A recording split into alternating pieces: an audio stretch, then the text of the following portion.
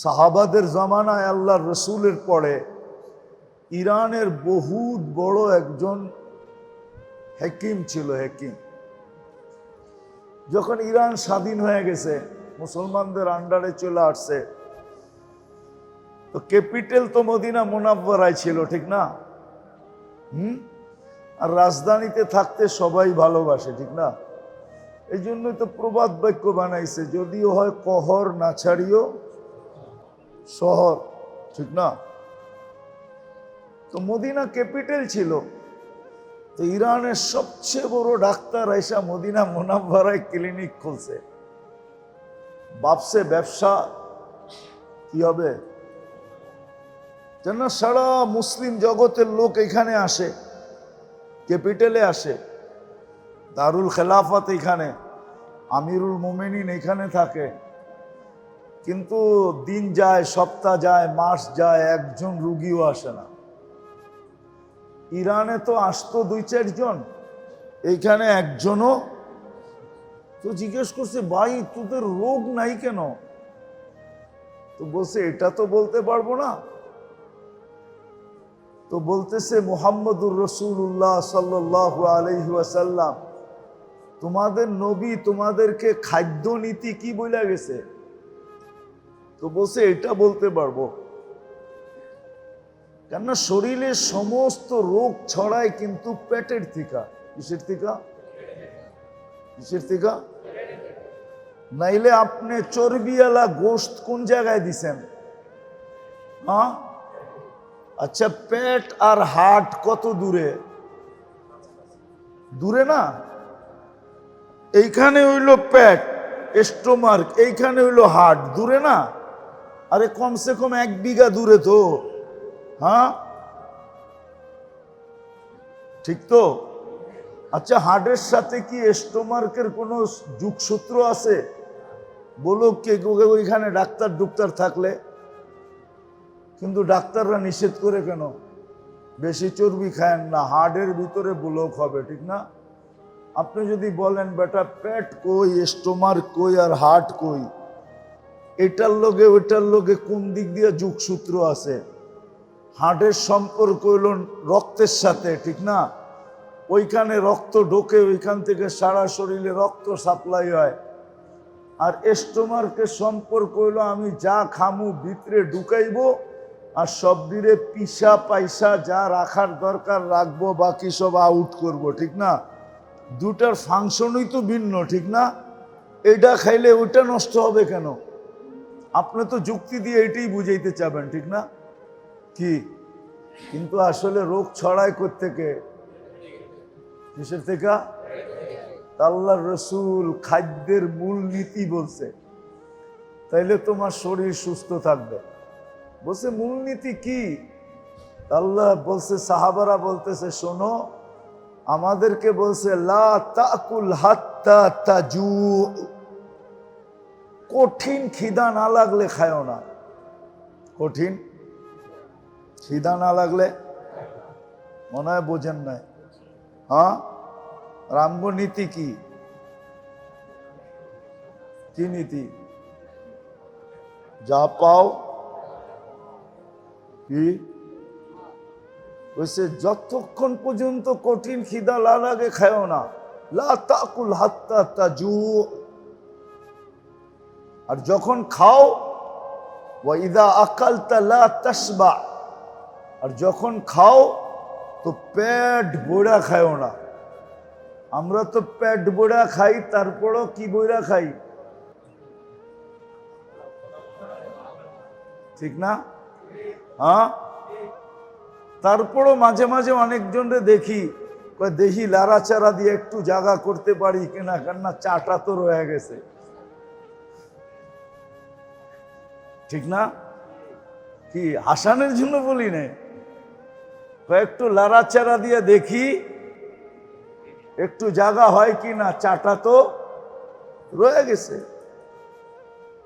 যখন এই কথা শুনাইছেন, তো বলছে আরেকটু খুলা বলো, বুঝলাম না, পেট ভরা খায়ও না মানি? আমাদের নবীজি বলছেন, খাওয়ার আগে পেটকে 3 ভাগে বিভক্ত করো, 1 ভাগ পানি দিয়ে ভরা ফেলো, পানিটা আগে খাও, খায়া আগে এক ভাগ ভরে নাও, আরেক ভাগ খাদ্য দিয়া বড়, আরেক ভাগ খালি রাখো।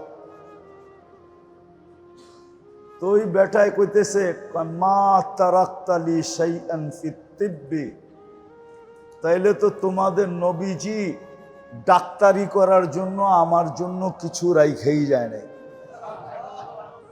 আর আসলে আল্লাহর কাছ থেকে নেওয়ার একটা মাধ্যম, সবার কাছ থেকে নেওয়ারই একটা মাধ্যম থাকে। মাধ্যম না থাকলে কারো কাছ থেকেই কিছু নেওয়া যায় না। নেওয়া যায় কি? ভিক্ষুক তো ভিক্ষার সাজে আসলে দিবেন, ঠিক না? আর ভিক্ষার সাজে না আসলে কি বলবেন? দিবেন কি বলবেন?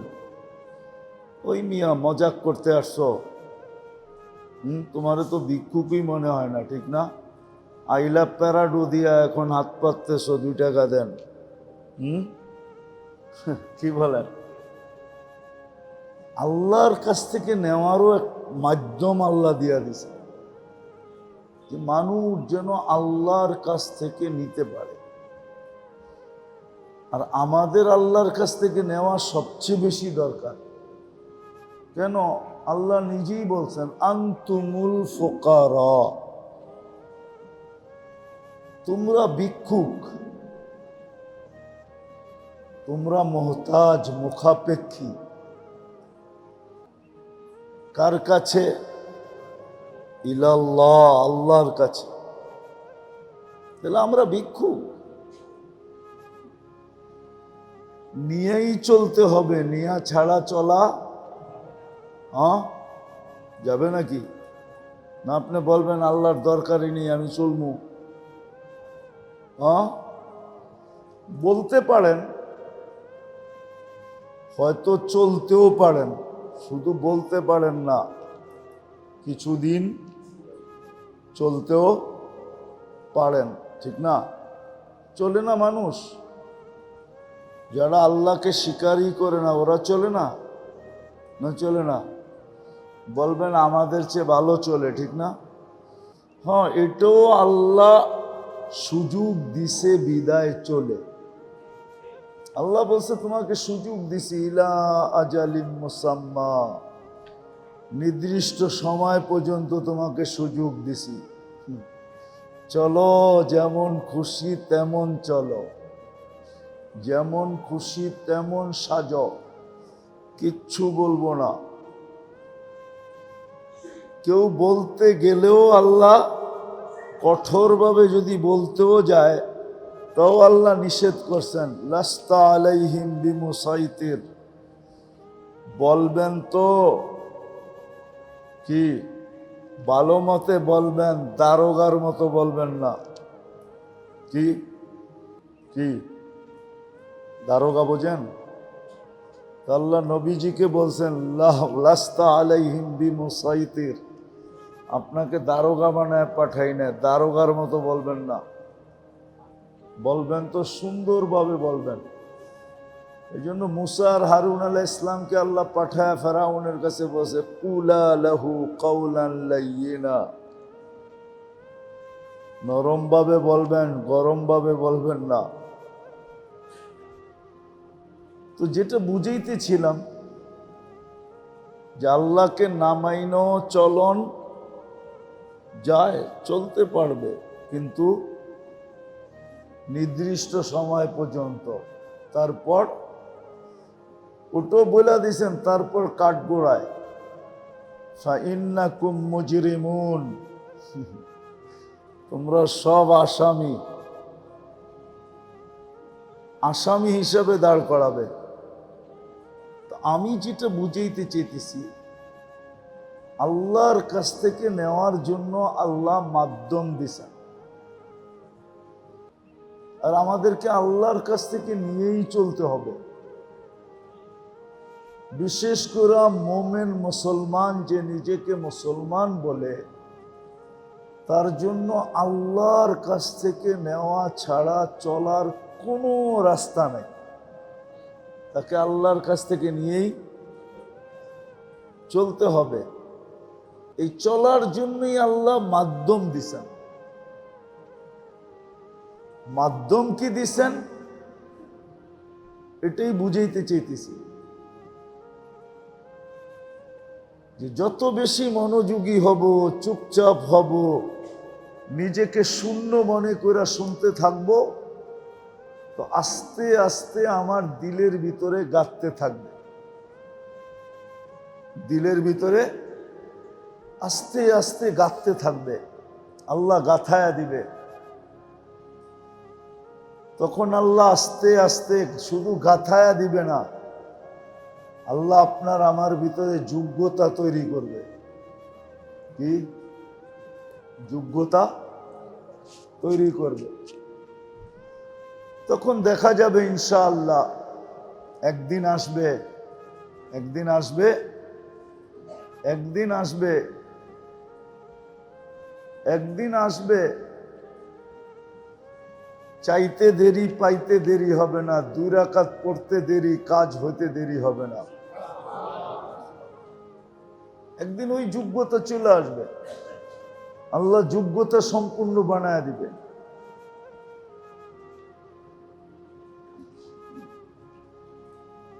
তো আল্লাহ যোগ্যতা সম্পূর্ণ বানায় দিবে।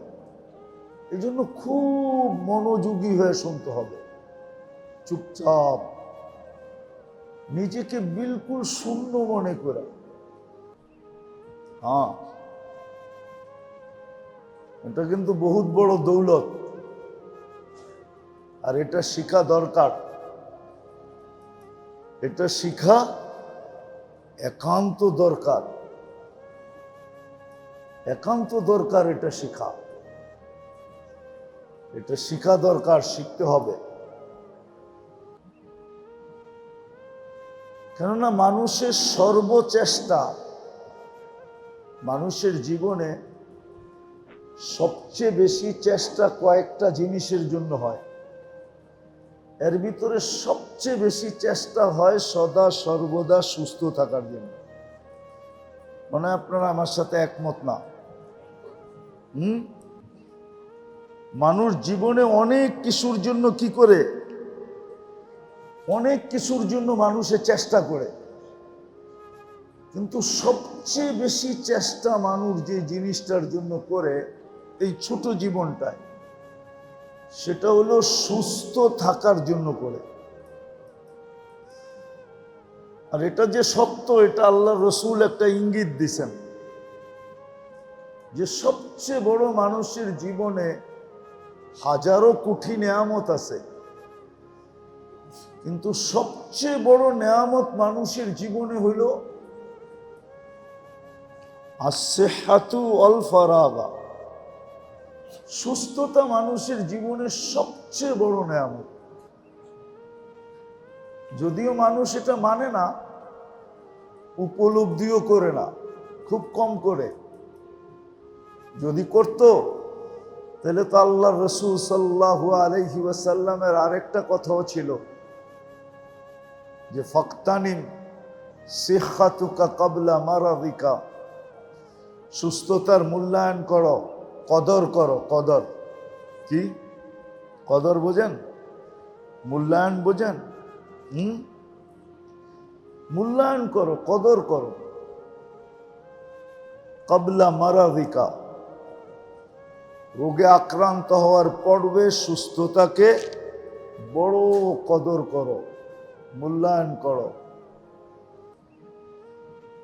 বড় দাম দাও, বড় সুরক্ষিত করো, বড় হেফাজত করো, বড় চোখে চোখে রাখো, বড় যত্ন করো, বড় সেবা করো। কিন্তু এটা খুব কম করে।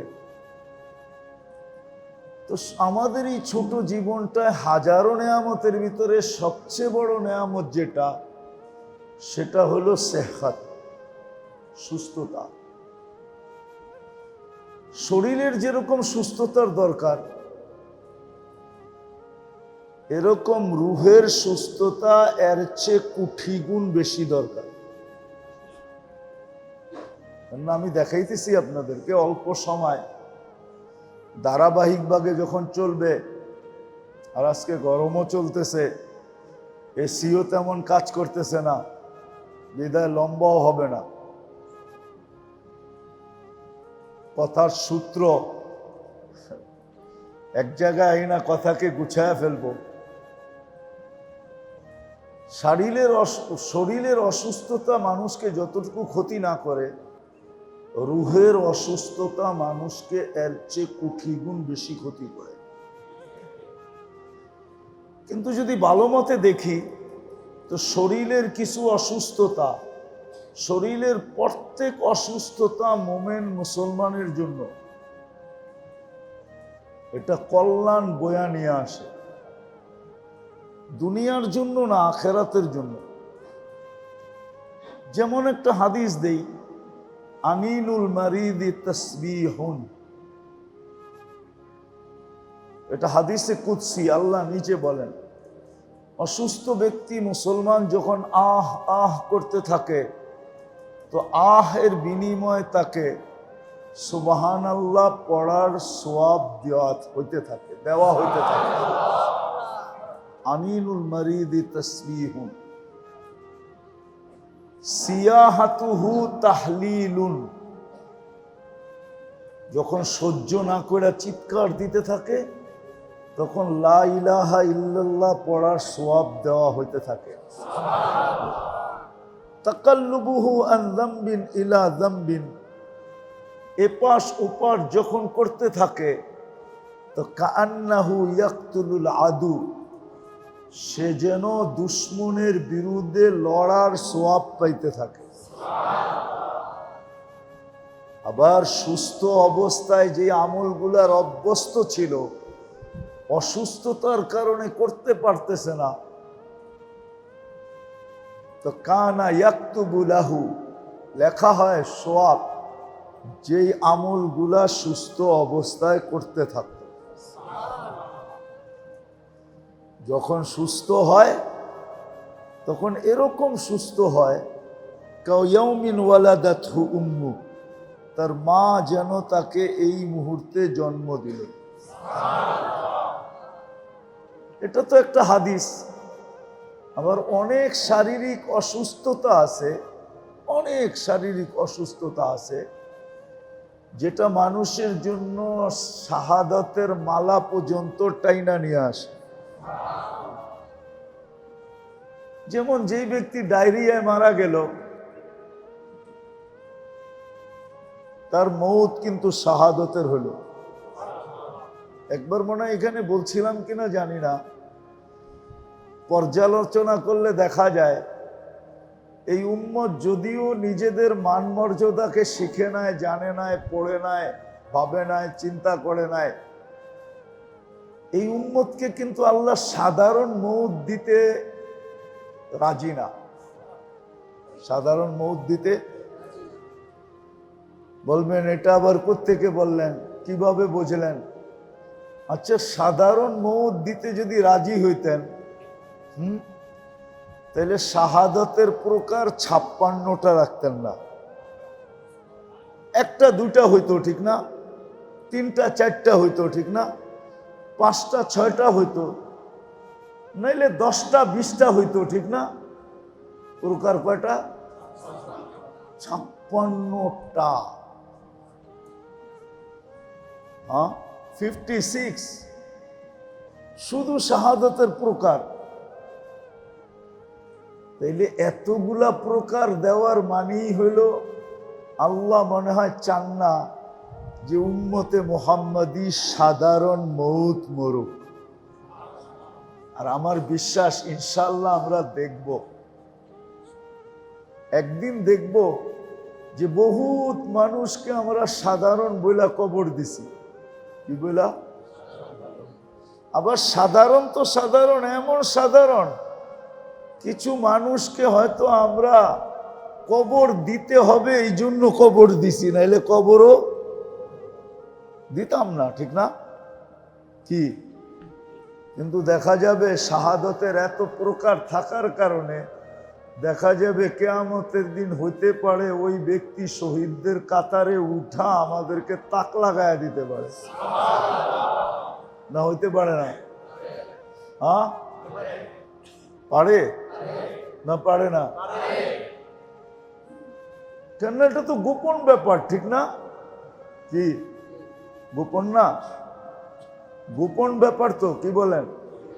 কিছু শাহাদাত আছে যেটা প্রকাশ্যে দেখা যায়, এটা খুব কম, ওই 2-4টা, 2-4-10টা, কিন্তু কিছু আছে সাধারণভাবে বোঝা যাবে না। হয়তো কিয়ামতের দিন দেখব যে আমরা তো সাধারণ ভাইবা কবরে দিছিলাম, এই ভাইবা কবরে দিছিলাম যে কবরে দিতে হবে এই জন্য দিছি, কিন্তু কালকে দেখবেন যে ও শহীদদের কাতারে দাঁড়ায় আছে। আপনি ভাববেন তুই ওইখানে গেলি কি কইরা, তো ও ভাববো আমারও জানা ছিল না আমি এইখানে আসবো কি কইরা, কিন্তু ময়রা দেখি আমি এইখানে, ময়রা দেখি আমি, মনে হয় বুঝাইতে পারতেছি না আপনাদেরকে, ময়রা দেখি আমি এইখানে, ঠিক না? হ্যাঁ, অনেক সময় হয় অ্যাক্সিডেন্ট হয়ে যখন বেহুশ হয়ে যায় তো জানে না যে অ্যাক্সিডেন্ট হয়েছে, যখন হুশে আসে তখন সবাইকে জিজ্ঞেস করে আমি এইখানে কেন, আমি না আমার গাড়িতে ছিলাম, আমি না ঘর থেকে বেরিয়েলাম, আমি না অফিসে যেতেছিলাম, আমি এইখানে কেন, এই লোকগুলা কে, হাসপাতাল কেন? হইতে পারে। এতগুলা কথা এই জন্যই বুঝাইতেছি, আমার বিশ্বাস অল্প কথাই আপনারা বুঝবেন যে শরীরের অসুস্থতা কখনো মানুষের জন্য, মুমিন মুসলমানের জন্য কল্যাণ বৈশা নিয়ে আসে, কিন্তু রুহের রোগ কোনোদিন কল্যাণ নিয়ে আসে না। শরীর থেকে সুস্থ থাকার জন্য যেরকম শরীর সুস্থতা, এটা দুনিয়ার সবচেয়ে বড় নেয়ামত, আর সবচেয়ে বেশি সজাগতা, সজাগ থাকি আমরা যে শরীর যেন কখনো অসুস্থ না হয়, এই ব্যাপারে যত বেশি সজাগ থাকি, রব্বে কাবার কসম, মোমেন মুসলমানের রুহের ব্যাপারে এর চেয়ে কোটি গুণ বেশি সজাগ থাকা উচিত। আর শরীরের অসুস্থতা মানুষকে যতটুকু ক্ষতি না করে, রুহের রোগ মানুষকে এর চেয়ে কোটি গুণ বেশি ক্ষতিগ্রস্ত করে। হ্যাঁ, এই জন্য শরীরের রোগ থেকে বাঁচার জন্য আল্লাহর রসুল 3টা, যেটাকে উসুল বলে, উসুলের বাংলা কি? মূলনীতি, 3টা মূলনীতি শিখাইছেন। উসুল 3টা মূলনীতি। চলেন এর আগে একটা কাহিনী শুনাইয়া দিই আপনাদেরকে। সাহাবাদের জামানায় আল্লাহর রসুলের পরে ইরানের বহুত বড় একজন হাকিম ছিল। হাকিম, যখন ইরান স্বাধীন হয়ে গেছে, মুসলমানদের আন্ডারে চলে আসছে, তো ক্যাপিটাল তো মদিনা মুনাওয়ারায় ছিল, ঠিক না? আর রাজধানীতে থাকতে সবাই ভালোবাসে, ঠিক না? এই জন্যই তো প্রবাদ বাক্য বানাইছে, যদিও হয় কহর না ছাড়িও শহর, ঠিক না? তো মদিনা ক্যাপিটাল ছিল, তো ইরানের সবচেয়ে বড় ডাক্তার আইসা মদিনা মুনাওয়ারায় ক্লিনিক খুলছে।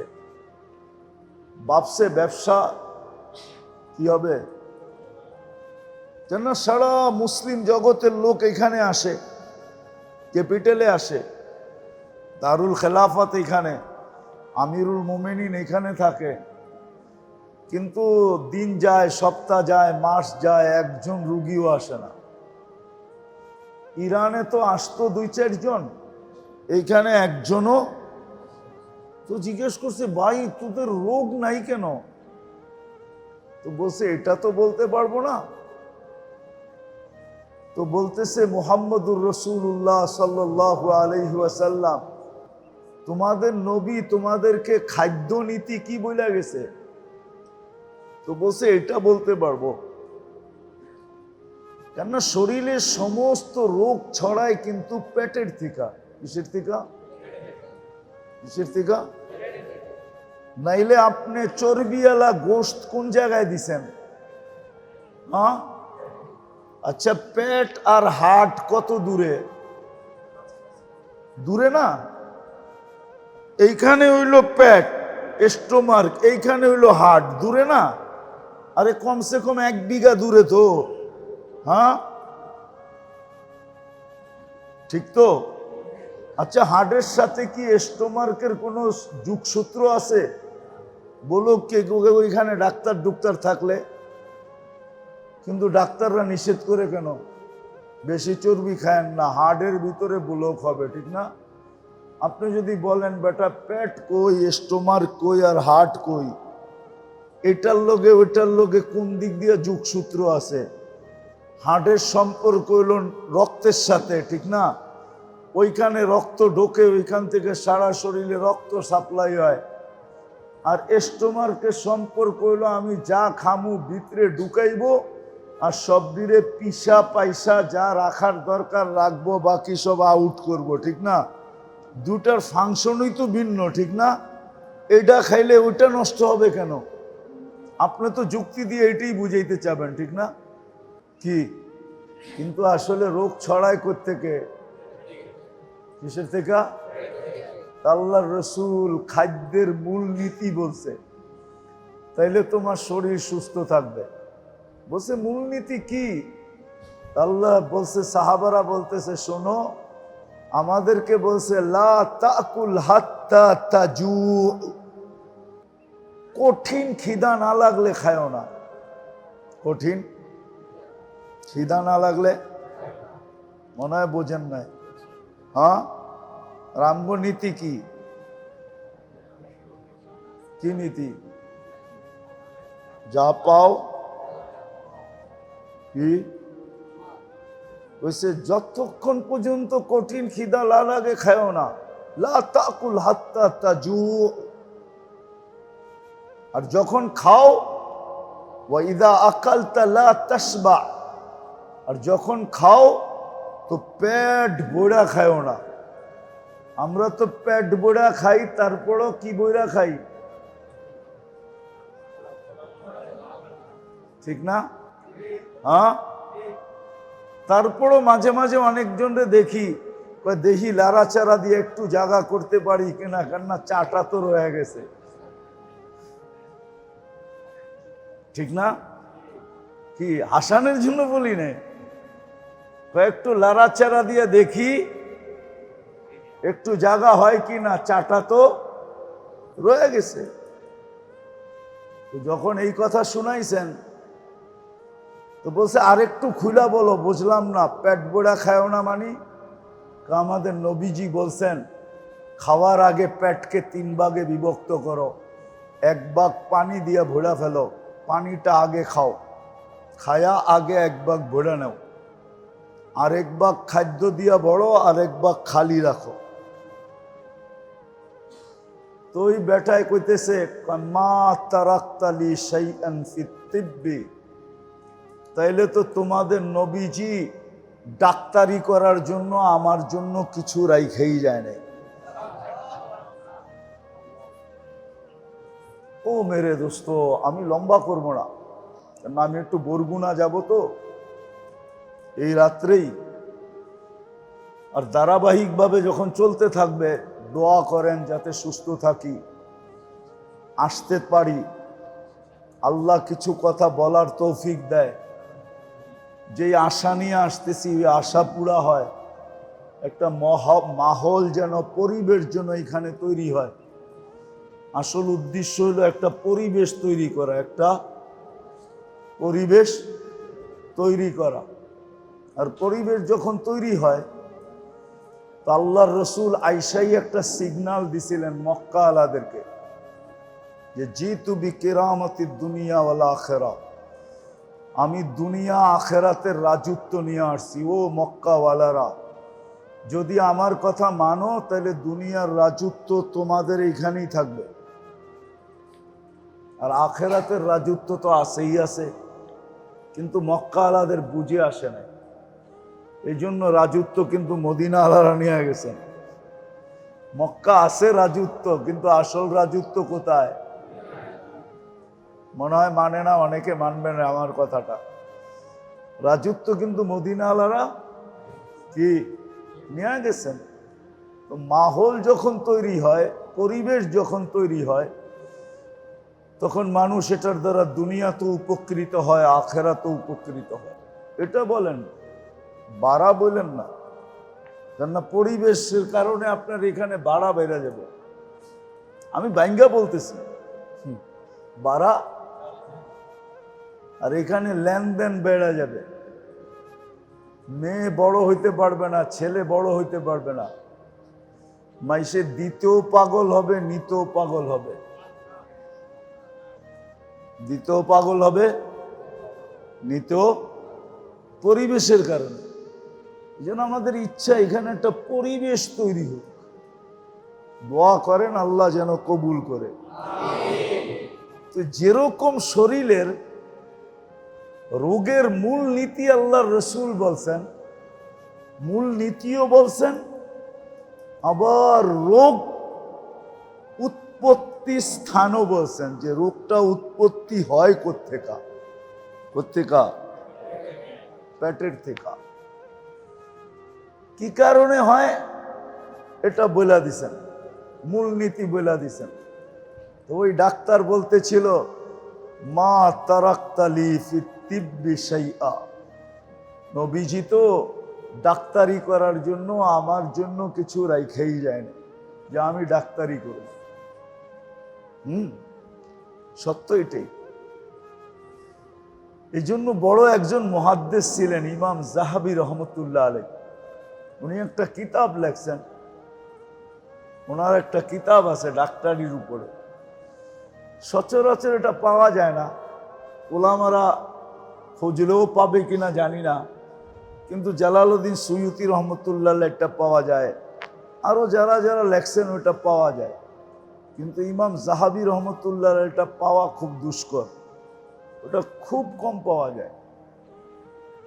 আমার মনে আছে খাদ্যের যে চার্ট ওটার ভিতরে দেওয়া আছে, এটার উপরে বড় বড় ডাক্তাররা রিসার্চ করছেন যে এই চার্ট মাইনা যে খাবে ওর মৌত ছাড়া কোনো রোগ হবে না।